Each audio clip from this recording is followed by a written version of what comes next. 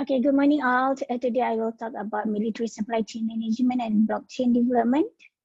So let's look into what I will be talking about. I will give you some of the introduction, methodology, how we are actually doing the research, and then we'll do some discussion on the results. And then I'll show you some of the findings that we got and the future research of this project later on.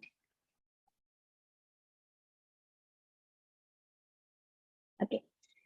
Security and defense are also adopting supply chain management. Okay, for instance, like military supply chain management, what we call it MSCM, is focusing on manufacturing, distributing, and also shipping military materials, including uniforms, parts, or application.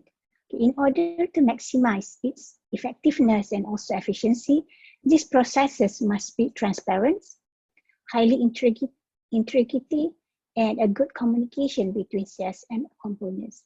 However, the current conventional CSM or supply chain management methods fail to meet these three key aspects. For example, the first key aspect, like transparency, should allow all the parties that are involved, including the consumers, to know the status of the product.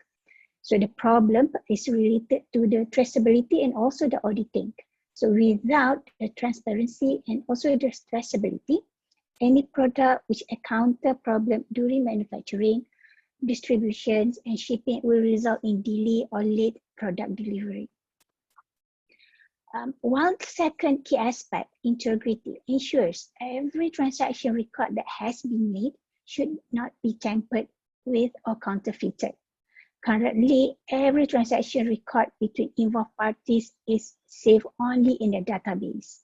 So the database is vulnerable to data tampering, either from the insider or the malicious party. For example, changing some of the transaction records, like modifying, deleting, or additions, okay, is for bad intentions, may cause the inconsistency of the transaction records. We can see there's another problem arise with counterfeit product. For example, delivering a counterfeit products affects a wide range of industries. For example, talking about the COVID-19 currently pandemics, distribution of the counterfeit COVID-19 vaccines has potentials for health risk globally. Thus, MCSM must eliminate distributions of military counterfeit parts to avoid failure in battlefield missions and also to avoid any compromise of the security of a nation. That's a very important aspect of the integrity in MSCM. And the last key aspect is communication, where every party should communicate with every other on updating the status of the products and records. The problem is sometimes there is a shipment of the delay and miscommunication. So that's very important to make sure that communication is there, and then it can have a very smooth product distribution at all levels. So based on these three keys, okay, problems, that there's a need to overcome the problem by integrating the blockchain technology. So based on the previous studies, we can see that people are incorporating some blockchains into the supply chain. They say they can reduce false information that spread over the networks of a supply chain. It can prevent companies from any moral misconduct, such as counterfeiting or changing any data in the database. However, in a real-time supply chain management, it is unavoidable. Therefore, it is advisable only authorized agents allowed to access the blockchain. So it's very important to have that blockchain there. So by considering these background studies, these situations, so this paper represents the military supply chain management development using blockchain technology. So let's go for the methodology. So for the methodology, this study is applying a similar methodology of Unicode coins. There are three main stages in this development, as shown in here. We have select a suitable blockchain platform and then create a supply chain simulation models. Then after that, generate connectors for it.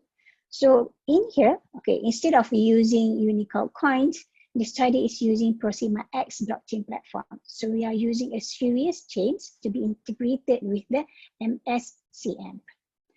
The series chains generates a new block that records transaction data for every 15 seconds. So once the series chain algorithm implemented in the nodes, okay, some modification were done as it is operating in a private network that is owned by the military. So some of the modification including there is no cryptocurrency used in the blockchain system, the blockchain environments, since the blockchain runs in the private environment, and the nodes are also owned by only one organization, which is the military organization. So that's one of the reasons why we take out the cryptocurrency as the incentive mechanisms there. Another modification is the addition of the message authentication mechanism. Since the nodes are operating in a private network, external parties cannot access the node without permission. Thus, any transaction receipt that comes from the nodes needs some form of the authentication. So once we already select the suitable platform, which is using the series chains, then we move to the second step where we are creating a supply chain simulation model in order to recreate a model company with a network. Okay, as for the supply chain model, we create them using several different computers or machines, okay, to test out the supply chain management environment. So some machines are used as a manufacturers that have been installed with the client apps. So to integrate with the server which acts as a mediator and sends the information to the nodes that are operated by the series chain.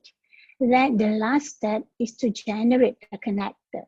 Okay, generating a connector to connect the blockchain network to the simulated model.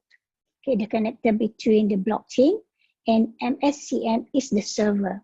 So every information that is sent via client apps to the series chain will go through the server first.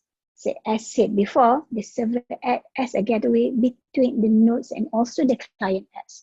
The server first check the validity of the message that it has received, and it is valid the message, it will be sent to the series chain, otherwise the message will be discarded. So we already created the system, and this is the system's overview.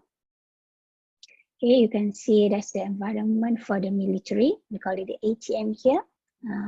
And then we have the environment for the sailors. So then we have the server where we have the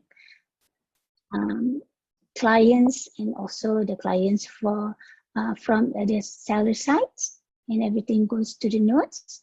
Okay, and we put it into the series chain here. So there are three main steps that involve here. We set up the required environments, okay, and then we include the parties, the outsiders, the contractor, the supplier that is actually involved in the supply chain. So once all the data availability is taken care, then we start integrating all the involved parties in the supply chain and communicate with it. So under the ATM environments, you can see that the military can select surveys, it can generate account, messaging to another party, it can generate a contract and more. So the military staff can also retrieve his or her personal transactions, means the transaction that only involve one individual to another, or all transaction history where the military staff can get the transaction history of all parties like a ledger.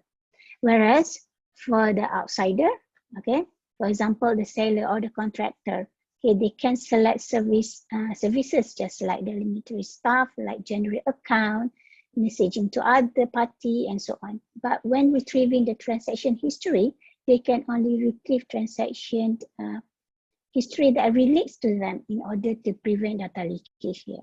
So the client apps, okay, has also a features called message authentication that checks if the transaction history or the message comes from the military nodes to ensure the data integrity. So this is the overview of the MCSM system. So let's move to the result and discussion.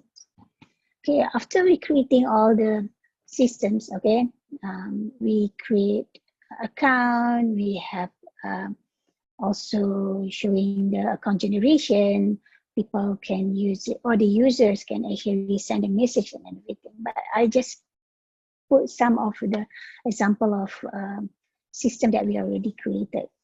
Okay, so first, for the account generation, you can see there are two boxes here that requires a token and also the username. Okay, the token is used like a Swift code where only an individual that receives this token can actually create an account to prevent an unwanted party from generating an account and user. Okay, it's used to identify the individual who actually generated this account. Finally, once we already put the token and the username, okay, then you can, over here we put two buttons. Okay, one's generate and cache. So when you put it here, two buttons, the generate buttons here is actually to show that you are generating the account, okay, while the second one to show that you can generate the account and at the same time, you use the cache to make sure that the generated information is cached into the machine. So every time a user make a transaction, it is still over there. So they don't have to enter the private key.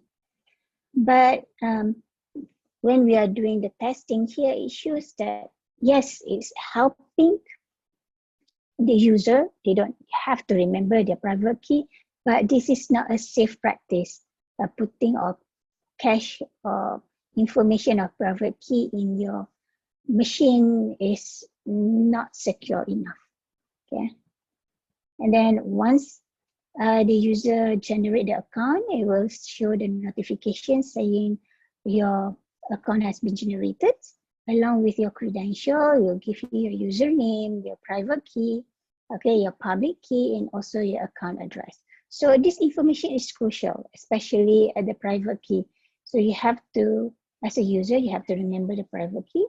If you're using the generate and cache, as I say, it's not that secure because it's already stored in your machines.